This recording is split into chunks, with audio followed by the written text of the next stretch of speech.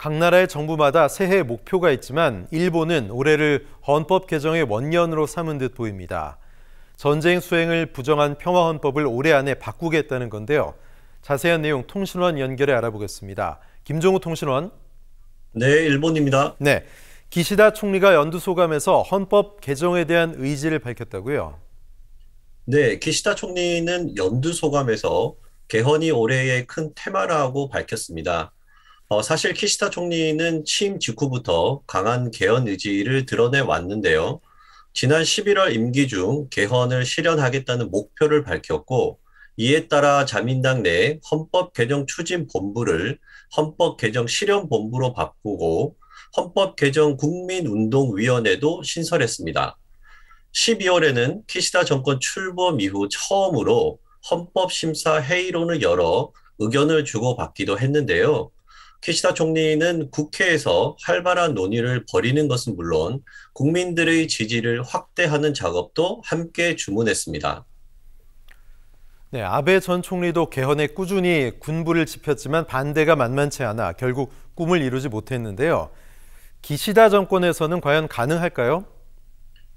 일본 중의원은 지난해 선거를 통해 열린 여당인 자민당과 공명당, 그리고 개헌 세력인 일본 유신회와 국민민주당이 개헌 발의선인 3분의 1을 넘어 의석의 4분의 3을 차지하고 있습니다. 역대 최대인데요. 올 여름에 치를 참의원 선거도 승리를 한다면 기시다 정권 임기 3년이 보장되고 안정적인 국정 운영을 이끌 수 있어 개헌까지 노려볼 수 있습니다. 기시다 총리의 개헌 발언은 이런 상황을 내다본 것으로 보이는데요. 일본 언론은 기시다 정권이 개헌을 자신의 정치적 유산으로 삼으려 한다고 분석하고 있습니다. 네, 현재 기시다 총리의 지지율이 높은 편이어서 개헌에 유리한 상황이 만들어진 것 같긴 한데 개헌에 성공하기 위해선 국민투표에서도 과반이 찬성을 해야 되지 않습니까? 네, 현재 국민들의 여론은 어떻습니까? 개헌에 관한 가장 최근의 여론조사는 지난해 5월에 실시한 것인데요.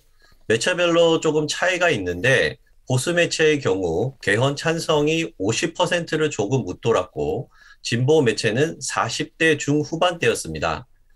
다만 주목할 부분은 수치 자체보다는 추세입니다. 그전까지는 찬성이 반대보다 높지 않았는데 매년 조금씩 늘어나고 있습니다. 요미우리 신문은 점점 커지는 중국 패권주의의 위협이 개헌 공감을 이끌어내고 있다고 분석했습니다.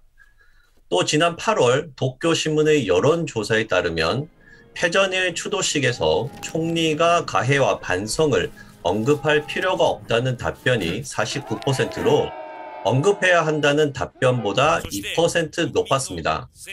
과거에 대한 반성의 필요성을 느끼지 못하고 한일 갈등 같은 경우도 상대국에 책임을 돌리는 경향이 커지고 있다고 볼 수 있는데요.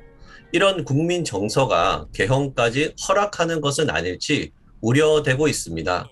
일본 도쿄에서 김종우 통신원입니다.